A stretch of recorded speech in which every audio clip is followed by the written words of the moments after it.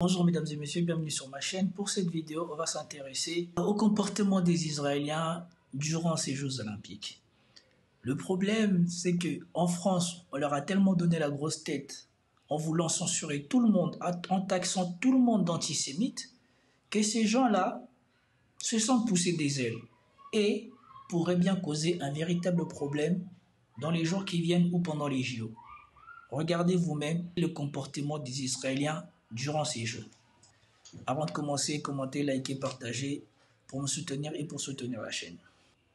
Alors, regardez-moi ce tweet. Il est marqué « Des supporters maliens et la sécurité sont obligés de protéger les drapeaux palestiniens tellement les Israéliens deviennent hystériques dès qu'ils en voient un. » Maintenant, dans un stade, on n'a plus le droit de venir faire sa revendication tranquille, de payer sa place et de venir comme on veut et de dire ce qu'on veut.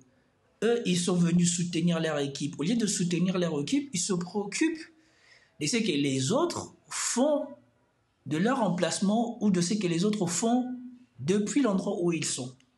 Et donc, regardez cette vidéo.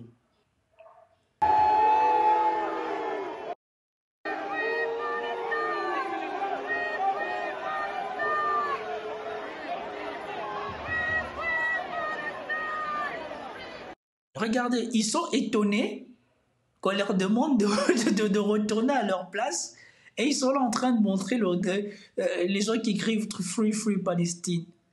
Et on est dans un stade, les gens ils font ce qu'ils veulent, on n'est pas en Israël. Et ça, c'est le problème du climat que tous les gens qui sont pro-sionistes ou en tout cas pro-Israël en France sont en train d'installer.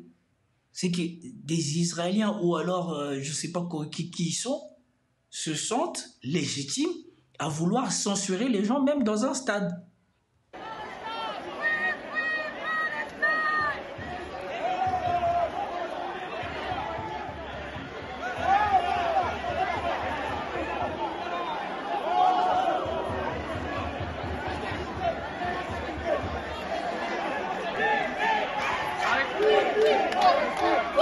Et vous voyez le problème c'est toujours ça.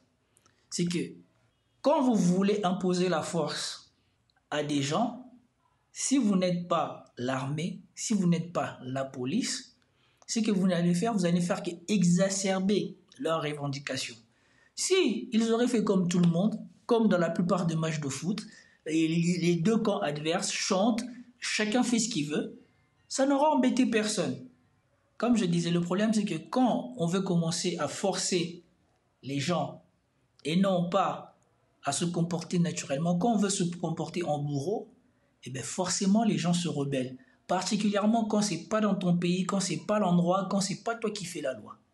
Et ici les Israéliens, parce qu'en France, leur communauté est particulièrement puissante et qu'on essaye de censurer tout le monde, ils croient qu'ils sont en droit d'exiger de la sécurité qu'ils aillent censurer les gens dans un stade. Au nom de quoi s'ils ont payé leur argent?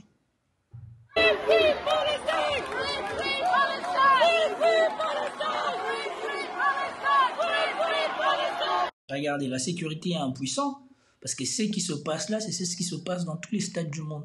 C'est juste la revendication ici qui est pour la Palestine. Ça ne justifie pas que vous demandiez à ces gens-là de se taire, de sortir ou de faire quoi que ce soit d'autre. Et ensuite, il y a celui-ci. Alors ça, par contre, ça, c'était beaucoup plus dangereux. Ça, c'est que lui fait, c'est beaucoup plus dangereux. Quitter sa place et aller là où d'autres gens sont assis à leur place, en train de manifester leur liberté d'expression pour essayer de prendre leur drapeau, ça, c'est dangereux. Ça, c'est trouble à l'ordre public. Parce qu'il va troubler l'espace où se trouve l'autre personne. Il a le droit de revendiquer la même chose, de tenir une pancarte, de faire passer n'importe quel message qu'il veut à partir de sa place, mais il prend le risque de se déplacer et d'aller au contact des gens qui manifestent leur soutien à la Palestine. Si ces gens-là se permettent d'agir comme ça, c'est à cause du climat qu'ils ont créé en France, du climat de censure et de terreur qu'ils ont voulu imposer en France. Et effectivement, il y a des Israéliens qui se croient tout permis.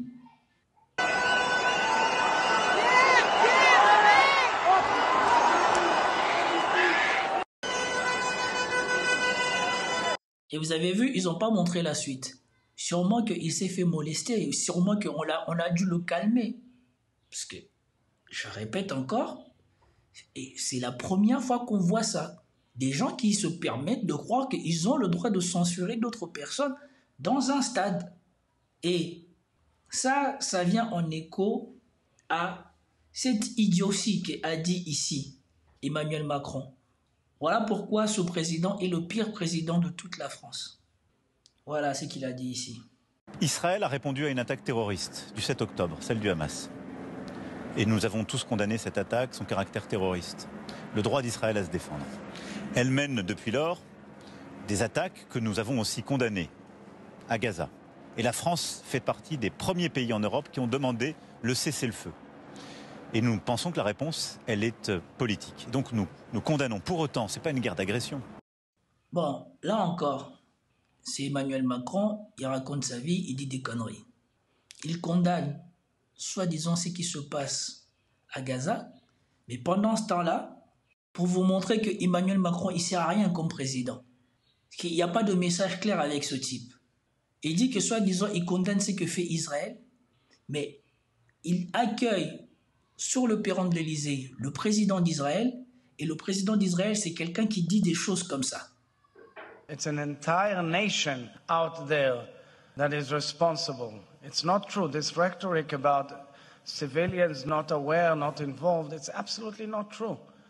They could have risen up, they could have fought against that evil regime. But the truth is that we are fighting a war for the entire universe, for the free world. These barbaric jihadists want to get all of us out of the region and want to get all of Europe out of its place as well. It's an entire... Voilà. Voilà le monsieur qu'Emmanuel Macron, soi-disant, serait en désaccord avec. Mais que, en même temps, ce monsieur rentre à l'Élysée par la grande porte. Et écoutez la fin du discours d'Emmanuel Macron. C'est surtout ça le plus important. La réponse, elle est politique. Et la France, le cessez-le-feu. La réponse est politique. La réponse, elle est dans les actes. La France, comme les États-Unis, ont fait blocus à l'ONU. Quand la Chine, la Russie et même la Ligue arabe, les pays arabes, voulaient imposer à l'Israël des résolutions de l'ONU, du Conseil de sécurité contraignant, la France était parmi les pays qui se sont opposés à ça. Et maintenant, il veut en même temps tirer la bonne carte pour faire passer le message comme quoi la France n'est pas d'accord avec Israël, mais c'est le même qui reçoit le président d'Israël qui vous avez vu tenir le discours qu'il a tenu. Il ne fait aucune distinction parmi les gens de la Palestine ou de Gaza. Et surtout, il confond leur massacre à la cause de tout le monde, de toute l'Europe. S'ils sont en train de massacrer les gens de Gaza, c'est pour le bien des Européens et pour le bien des Occidentaux. Et des gens comme Emmanuel Macron ne prennent pas le temps de dissocier ce délangage, mais accueillent quelqu'un comme ça à l'Élysée. Et nous pensons que la réponse, elle est politique. Donc nous condamnons. Pour autant, ce n'est pas une guerre d'agression. Et après, c'est simple, nous sommes le pays hôte de ces Jeux. Mais depuis le premier jour que nous avons obtenu la confiance en septembre 2017 du Comité international olympique, j'ai toujours dit, c'est le mouvement olympique. Et c'est le CIO qui a décidé et c'est que les Russes défileraient en conscience, seraient en bannière neutre et ne défileraient pas. Vous faites bien de le rappeler. Et à un moment, la question s'est posée, rappelez-vous, il y a un an, il y avait des débats, parce que certaines fédérations étaient pour que les Russes puissent venir. Moi, j'ai toujours dit, c'est le CIO qui décidera. Et nous, on ne fait pas de politique avec les Jeux. Et donc, je veux le dire ici, on va s'envoler. Les athlètes israéliens sont les bienvenus dans notre pays. Ils doivent pouvoir concourir sous leurs couleurs parce que c'est ce que le mouvement olympique a décidé. Ils le feront et la responsabilité de la France, c'est d'assurer cette sécurité. Et je condamne avec la plus grande fermeté tous ceux qui, en quelque sorte, font courir un risque à ces athlètes et implicitement les menacent. Vous pensez à Thomas Porte, le député? Oui, c'est inadmissible. C'est inadmissible.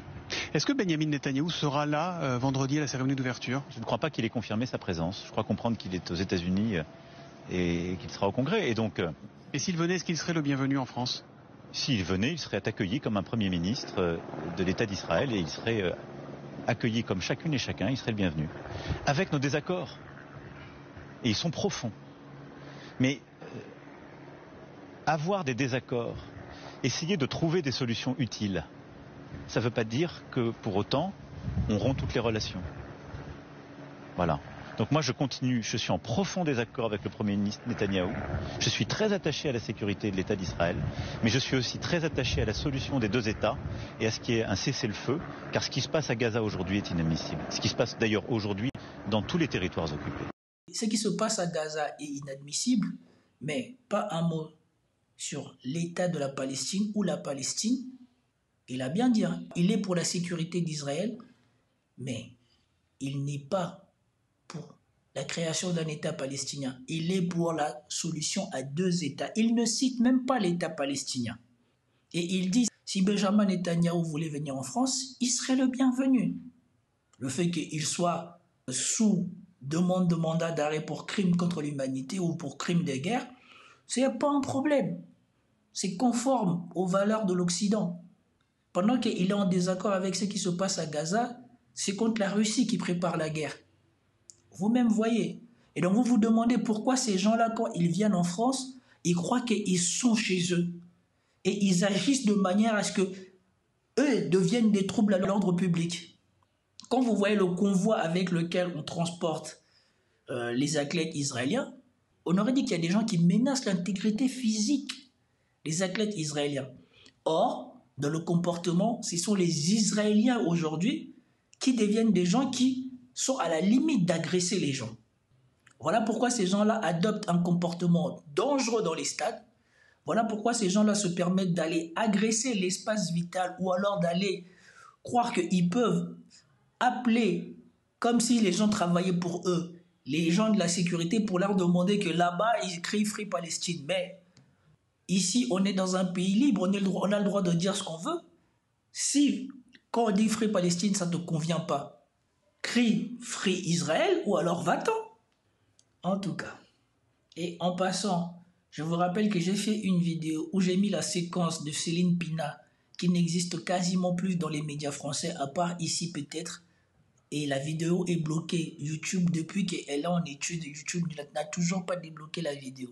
On va s'arrêter là pour cette vidéo. Dans la prochaine vidéo, je vous montrerai le cas de l'Israélien qui maintenant ramène de l'antisémitisme ou qui essaye de censurer un jeune homme qui donne son avis sur le match de foot entre le Mali et Israël. C'était tout pour cette vidéo. J'espère que vous avez apprécié. Si vous avez apprécié, commentez, likez, partagez. Je vous dis à plus tard. Peace out.